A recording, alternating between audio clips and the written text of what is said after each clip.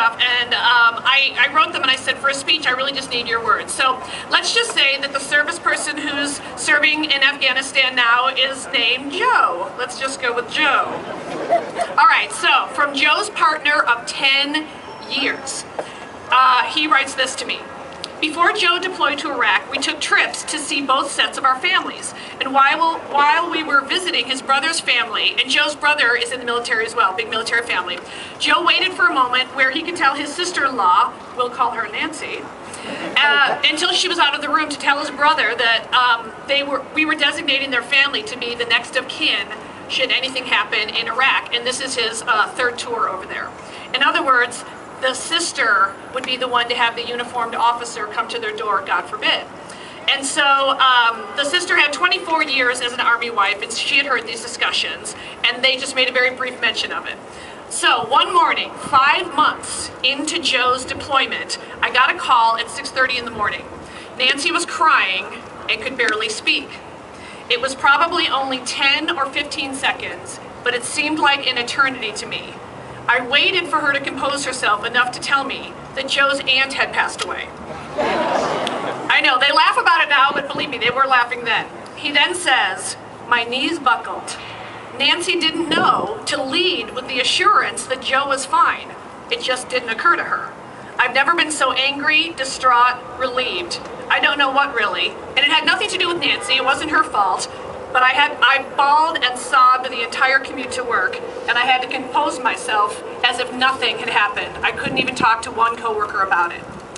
After Joe's return from our first 6-month separation in 2001, the families of deployed soldiers got together at Fort, actually I don't even want to say what the base is. Anyway, they got together to welcome home the troops.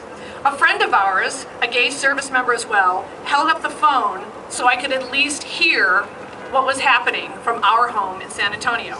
The ceremony lasted 2.5 hours. He couldn't even attend. All right, so this is from Joe, and he writes this 2 days ago from Afghanistan. Thank you for this. It truly touches us both. The policy, something that has given us cause to worry about for our very futures. Everything to do with our futures. Benefits, retirement, salary, everything. For the 10 years we've been together, continues to make us feel like illegitimate citizens, despite our willingness to protect the very government, possibly with our lives, who legitimize this law. We feel it codifies bigotry, and I do mean we. As an Army spouse, Dan shares all the risk, but receives none of the support, not even the right of first notification in the event of my death over here. To be sure, I'm fully comfortable with you mentioning that you have a friend currently serving in Afghanistan on his third deployment who tells you that things have indeed changed for the better, but as long as this law remains on the books, there is not only the fear of being caught and losing everything, but the shame of living counter to what I know are the military's core values of living an ethical and honest life.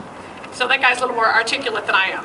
So it's interesting to then go to this hearing, and I have to tell you, before the election, I mean, it's fun to make fun of Palin, but I was one of those people that, even though I voted for Obama, I always kind of respected McCain until this morning.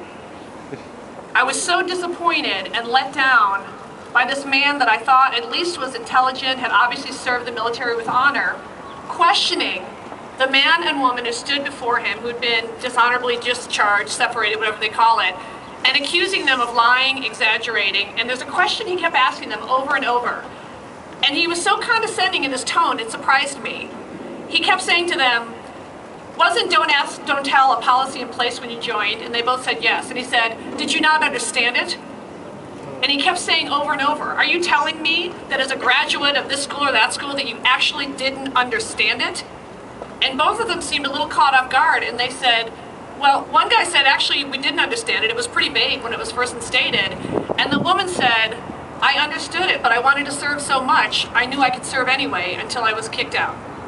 So that was a shame. Oh, and then Saxby Chambliss was there, who's super crazy. So yeah, that was really fun. So since I've never been to a hearing, I was clapping after people talk because I thought it was like a Broadway show. I thought it was like Mamma Mia, like a show, which they should have music. It was a little boring in some parts, frankly. And so anyway, then McCain was a disappointment. Lieberman and Levin were actually pretty great. And then Chambliss started, and then he started with linking into the Bible and how gay people aren't reflected in the Bible and stuff. So I did something inappropriate, and I apologize to all the wonderful groups here that I'm representing, and I recommend that they disassociate from me immediately, because I sort of stood up in the front row and said, "Peace out, you cuckoo puff."